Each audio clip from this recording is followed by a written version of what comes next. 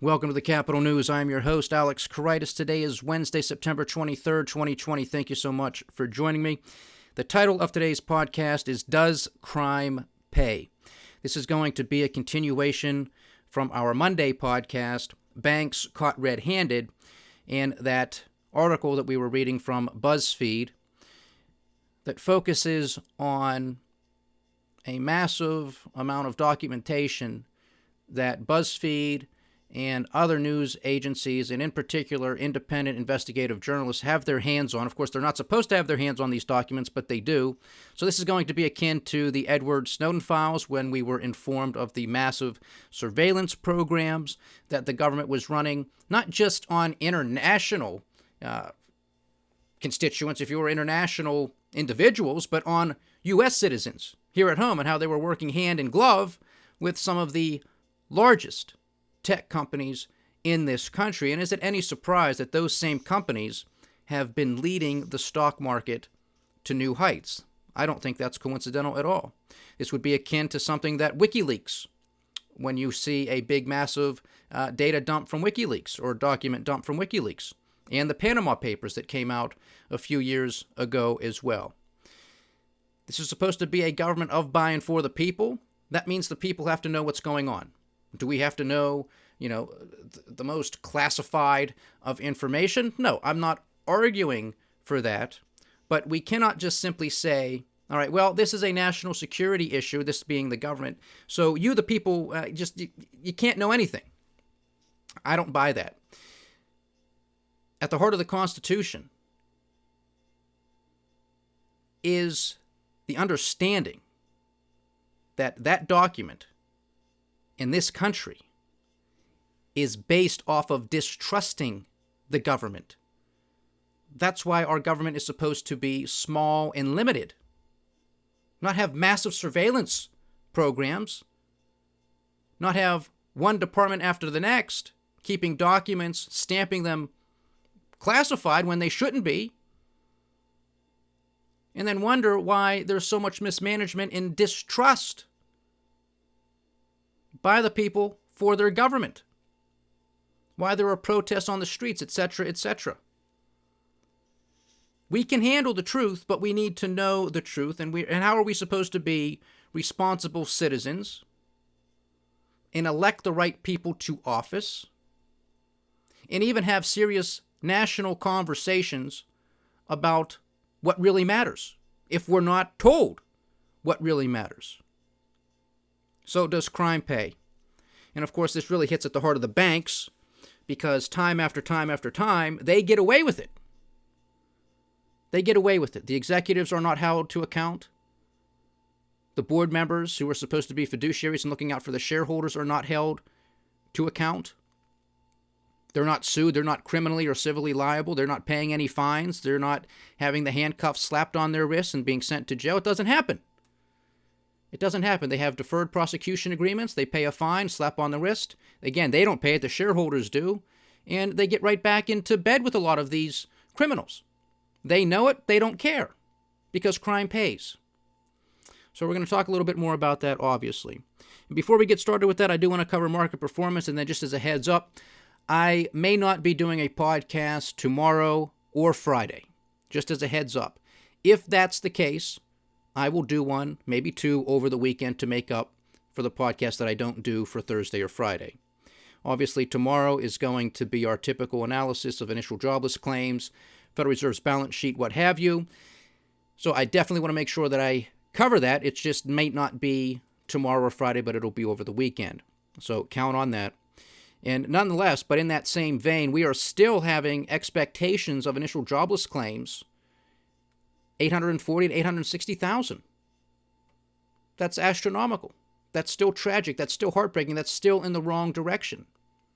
For those who may say, well, at least it's under 1 million. Yeah, that's true. It is under 1 million because we were at or above 1 million for so long. But this is still devastating. This is not in agreement with a super V-shaped recovery. And again, that's why we have Tweedledee and Tweedledum, Chairman of the Federal Reserve Jerome Powell and Treasury Secretary Steven Mnuchin, saying, hey, we need to do more. We need to do more spending. What a joke with these people. But hey, I guess it's the level of their incompetence that moves them further and further up the corporate and political ladders. So on the market front, we have the dollar index trading at 94.406, so still with that 94 handle. Quite the counter rally in the dollar index, and of course that means a lot of weakness in cross-currency pairs. Recall only a few short weeks ago we had the euro to the US dollar at $1.20. It's now at $1.16. We had the British pound to the US dollar at $1.34. It's now at $1.27. The Australian to the US dollar was about 74, 75 cents. It's now 70. And on we go. But what's still interesting, and I wrote this in my write-up to yesterday's podcast, is the fact that we're seeing this dollar strength. But when we look at Uncle Sam's 10-year junk note, we're still at 0.67%. There's no movement. So my question in yesterday's write-up was, is this a flight to safety in the US dollar? And why is there a flight to safety? I thought everything was going swimmingly well everywhere, right? Everything's just getting better and fantastic and phenomenal. So why would there be a flight to safety? And if there was a flight to safety, wouldn't we also see a flight to safety in Uncle Sam's debt across the yield curve? And most definitely it should be picked up in the 10-year. But it's not. It's still range-bound. So what's going on here? Is this one of those situations that I was discussing yesterday and have done many times before? Is this one of those broken correlations?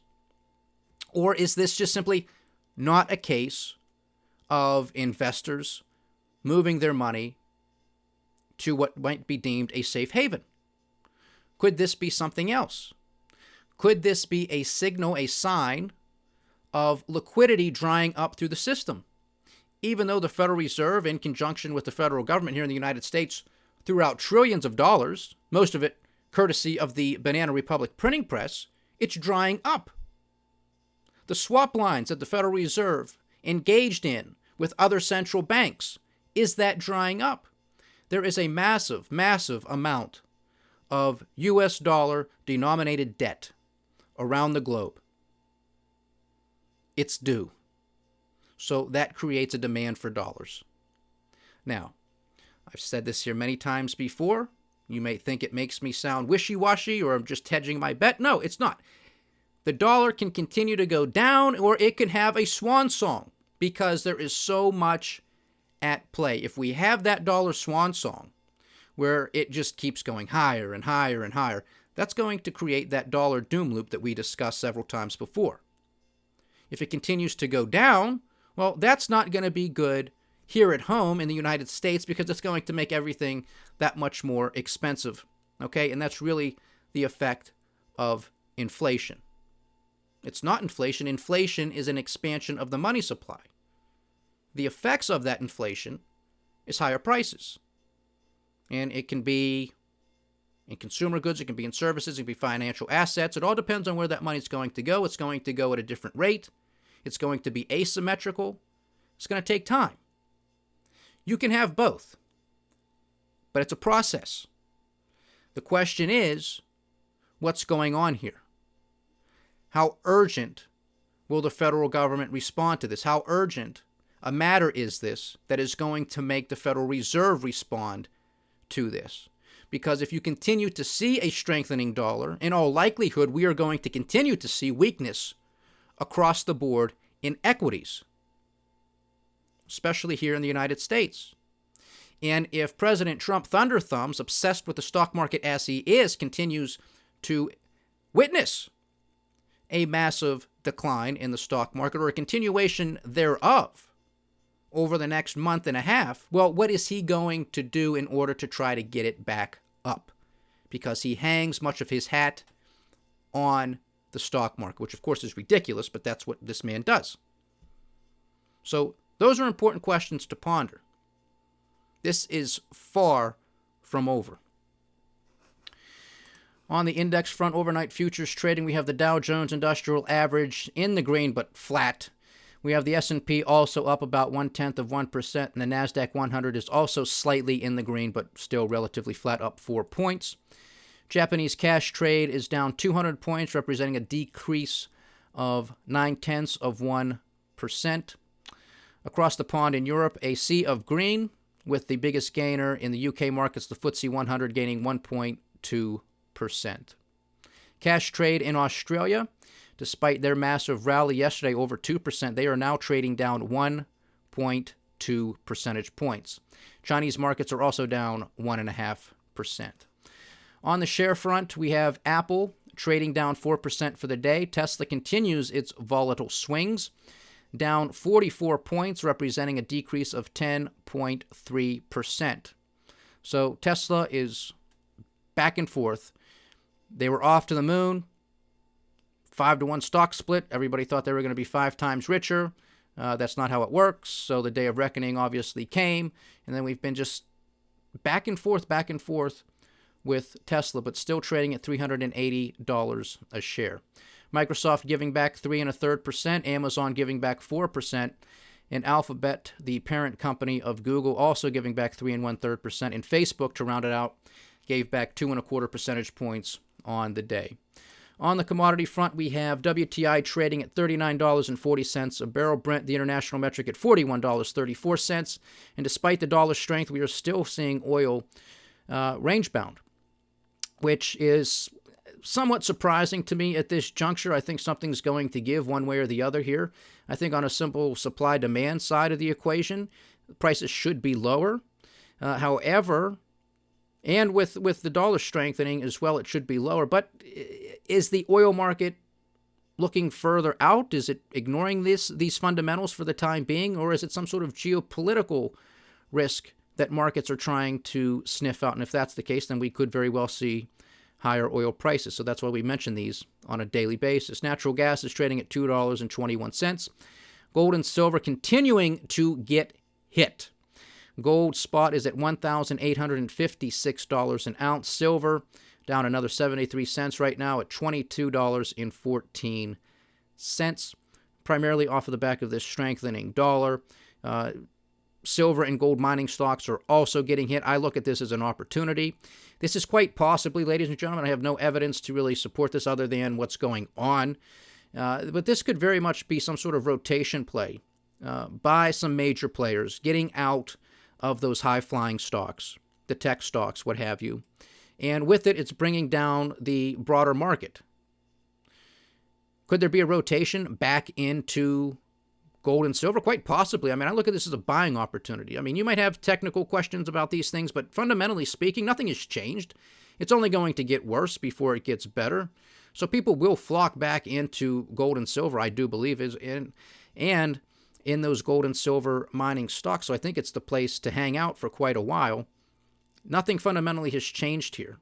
Is the market thinking that the Federal Reserve and the federal government are on hold for a little bit? That's possible because of the vacant U.S. Supreme Court seat, and that's what Congress is going to be more focused on as opposed to passing some sort of other round of spending. That's quite possible, but net, nothing fundamentally has changed here. And we know what's waiting in the wings. We know that there's still 30 million Americans still collecting some form of unemployment benefit, and we know that there's a lot more that just aren't collecting anything, but they're still unemployed, but they're not counted.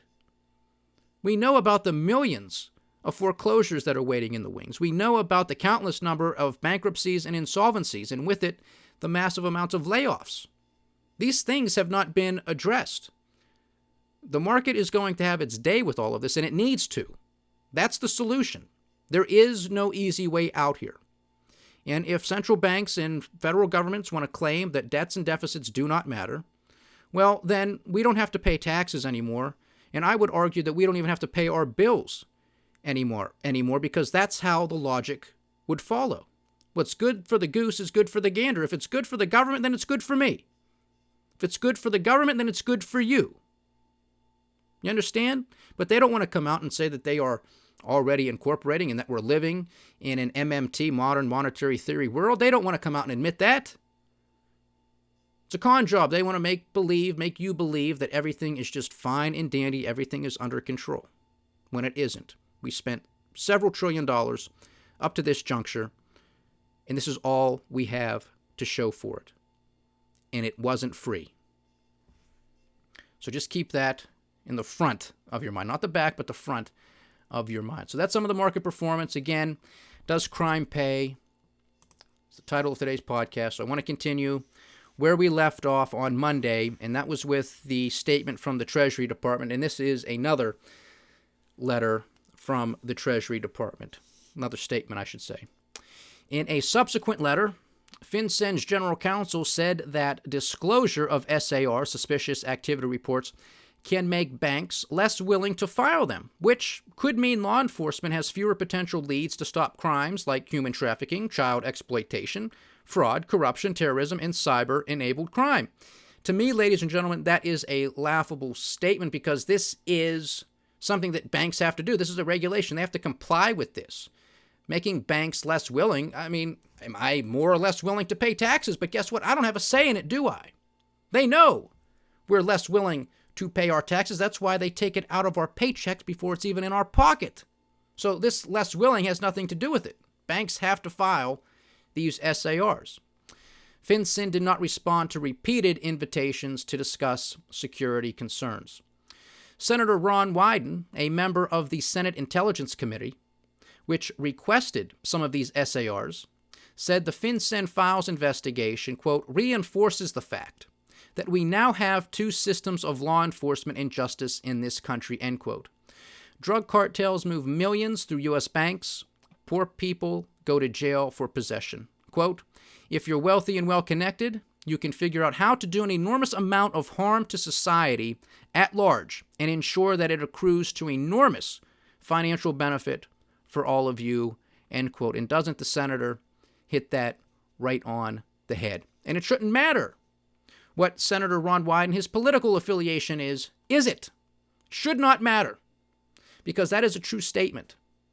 Banks can get away with this, drug cartels can get away with this, human traffickers can get away with this.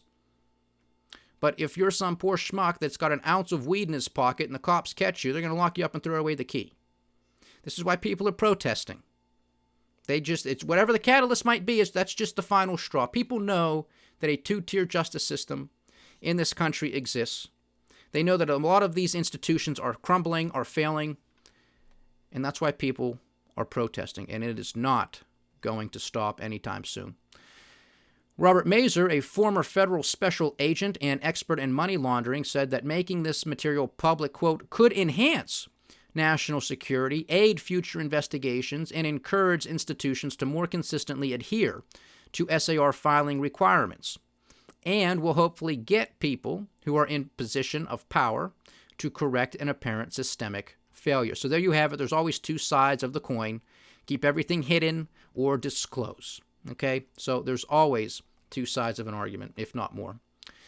Based in the United Arab Emirates, Mazaka General Trading presented itself to the world as a wholesaler.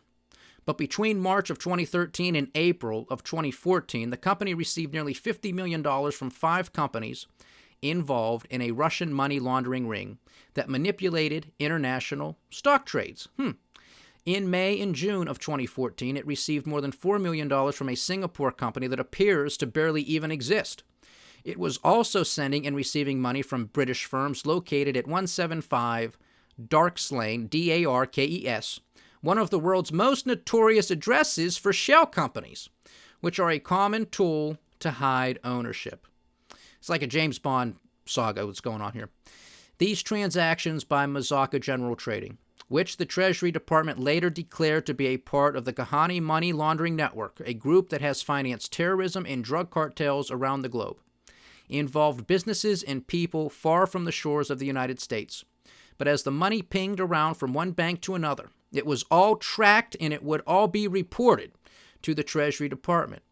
Because the U.S. dollar is the lifeblood of international finance, the common denominator between the world's disparate currencies, banking customers around the world need access to it.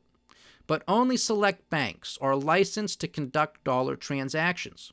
So, smaller banks in other countries partner with larger institutions, which exchange their customers' pesos, yuan, or dirham for greenbacks. For a fee, of course, the arrangement known as a correspondent banking helps keep the global economy humming. As they pass through U.S. banks, these transfers give the Treasury Department a advantage that no other country has. It shares, the Treasury Department shares some of that information through the Egmont Group, a little-known coalition of financial intelligence units from more than 150 countries and territories. SARs have provided Egmont members with financial details that would be otherwise unattainable, such as those concerning former Olympic Committee member Lamine Diak, who has been sentenced to prison for crimes connected to the Russian doping scandal, and the Russian oligarch Oleg Deripaska, who was sanctioned by the U.S. 2 years ago. But if the database is a powerful asset to law enforcement investigations, to privacy advocates, it is a nightmare of overreach. Congress created the current SAR program in 1992, making banks the front line in the fight against money laundering.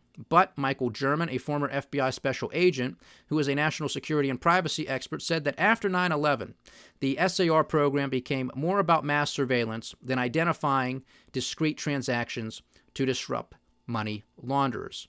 See, that's very much akin to the Patriot Act, which of course is the unpatriotic act. Like I said, if the Congress is going to pass something, you're probably in the 90 percentile probability of whatever they call it, it's the opposite. We got the CARES Act. We know it's the Nobody Cares Act. So you get the Patriot Act following 9/11. It's one of the most unpatriotic pieces of legislation that was ever legislated into existence. So this is just another example of mass surveillance.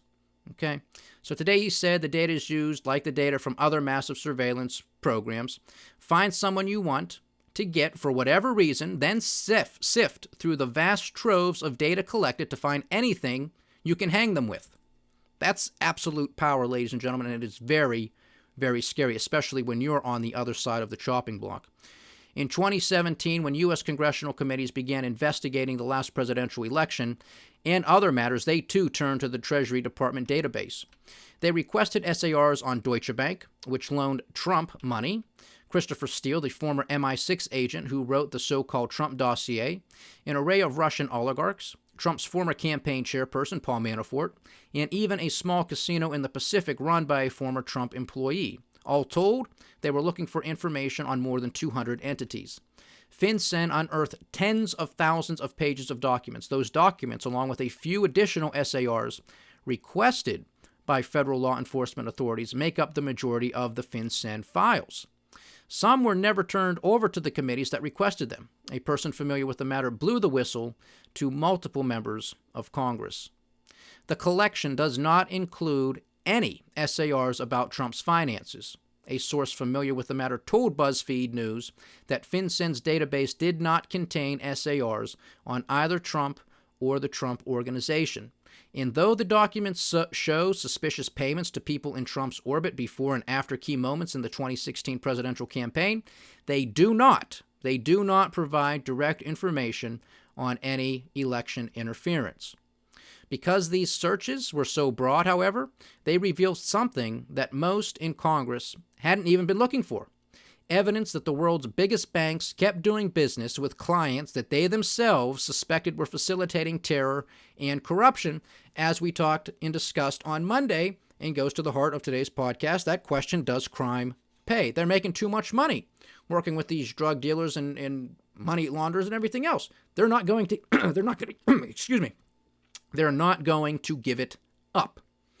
The information was laid out in transaction by transaction, and it had been there all along. The other thing I want to note, too, before we continue, is the fact that it is also an interesting fact that the government, which is, by its nature, a law enforcement institution, puts sort of the banks on the front line of this.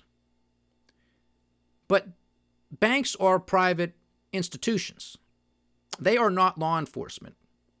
So should there be a system that exists that makes it efficient and effective for banks to flag suspicious activity? Of course, I agree with that. But how much responsibility is actually on the banks to do something about it? Now, I think they do have a responsibility to do something about it, because we're not talking about, little sisters of the poor here. We're talking about drug cartels. We're talking about human traffickers. We're talking about terrorism. So if there is suspicious activity, there is a responsibility on behalf of these banks to, at the very least, flag these transactions with these SARs, and perhaps even go further and stop doing business with these individuals and or corporations. So I just wanted to point that out, because the government, it's their job to conduct the investigations, to connect the dots. And the government always, it just, once it starts trying to do something, you got to comply with it. If they want you to do their dirty work, well, and they pass a law, if you don't comply, you might be in trouble.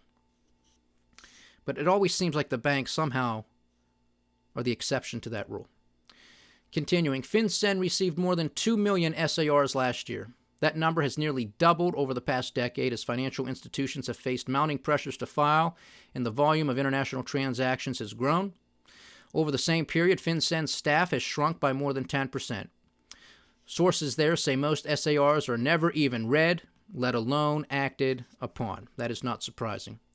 Meanwhile, experts say some banks treat SARs as a kind of get-out-of-jail-free card, filing alerts about a huge array of transactions without actually moving to halt them. In some cases, banks filed numerous reports on the same clients detailing their suspected crimes over the course of years while continuing to welcome their business. By December 2013, J.P. Morgan Chase had filed at least 8 SARs on accounts in companies controlled by Manafort, flagging more than $10 million, according to a FinCEN research report.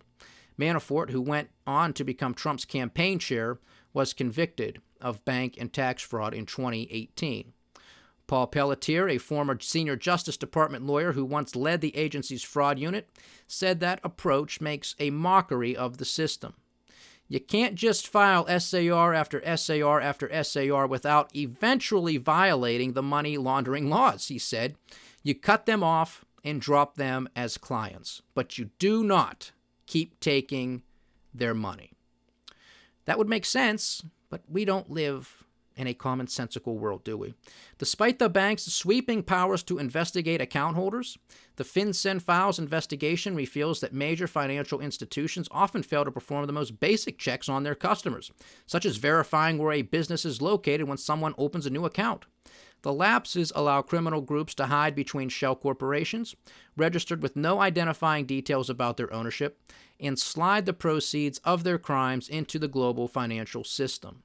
In many cases, the banks appear to have no idea whatsoever whose money they are moving. And I believe that to be the case. And probably the majority of the case, the banks, they don't know. But they also don't care. There's too much money being made. When investigators for HSBC's American operations asked their colleagues in Hong Kong for the name of the person who owned Trade Leader, a company that had moved more than $500 million through the bank in less than 2 years, the answer they got was, quote, none available. The company would reportedly emerge as an important hub in the so-called Russian laundromat, a sprawling scheme in which wealthy Russians, facilitated by banks, secretly moved their money into the West.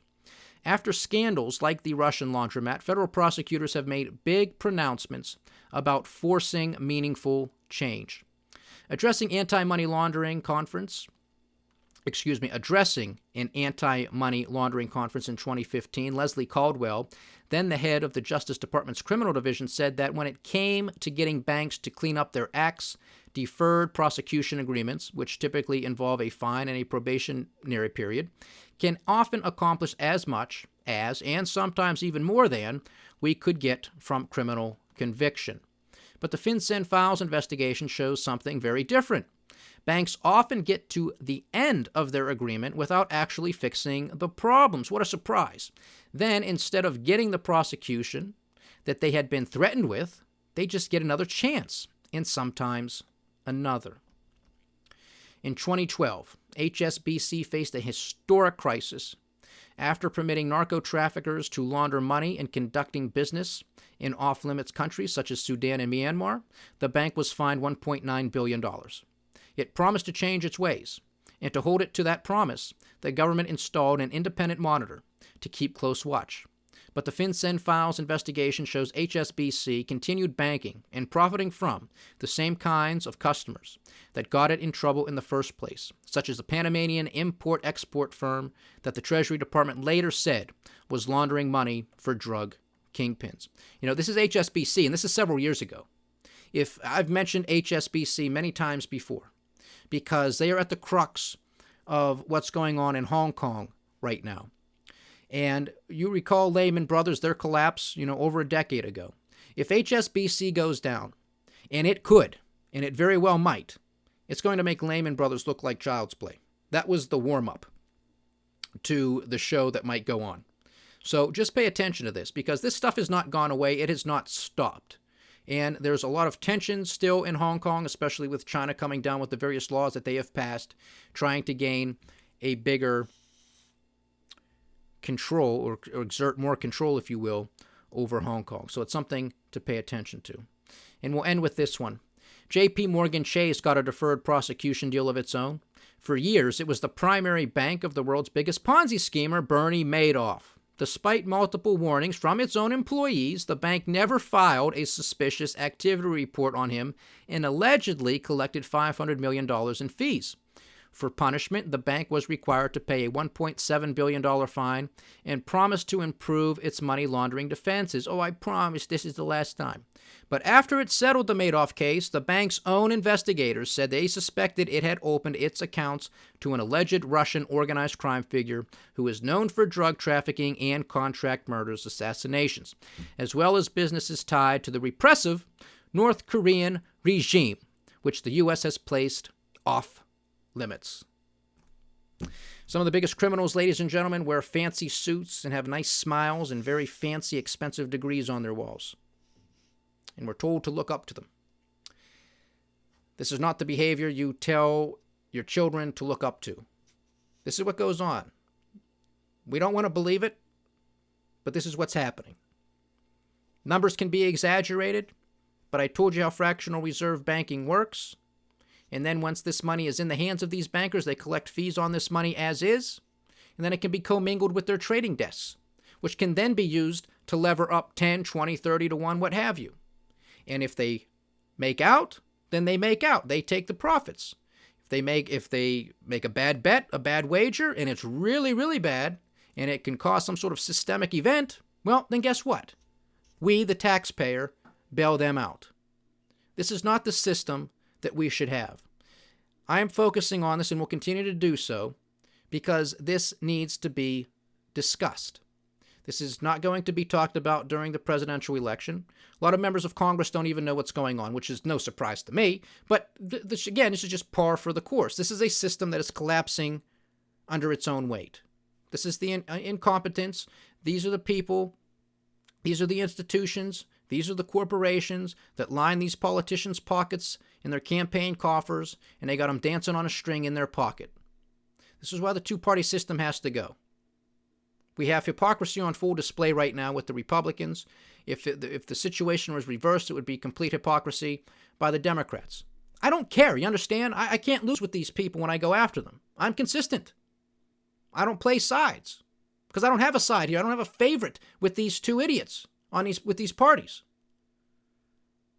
I'm on the side of freedom. I'm on the side of liberty. I'm on the side of you living the life that you want to live. That's what this country is supposed to be about. We got to raise hell about this because nobody else is going to. You at least have to know what's going on. Because otherwise, they're just going to keep you distracted with the circus. And that's exactly what they want.